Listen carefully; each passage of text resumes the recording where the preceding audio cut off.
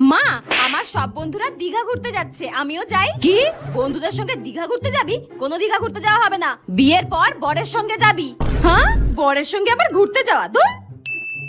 মা, আমাকে 500 টাকা দাও না, আমার একটু লাগবে। টাকার কি গাছ লাগানো রয়েছে নাকি? বিয়ের পর বরের কাছে যত ইচ্ছা টাকা চাইবি, দেখবি দেবে। টাকার যেন গাছ লাগানো রয়েছে। মা দেখো না, আমার এই ফোনটা খারাপ হয়ে গেছে, একটা নতুন ফোন কিনে দাও না মা।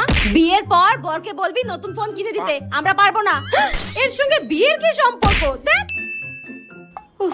হ্যাঁ মা, চলো, আমি একদম রেডি। তুমি আজকে আমাকে কোন একটা ছেলে দেখে কালীঘাটে বিয়ে দিয়ে দাও। তুমি যখন সবকিছু বিয়ের পর আমাকে বরের সাথেই করতে দেবে, তাহলে আজকেই আমাকে বিয়েটা দিয়ে দাও।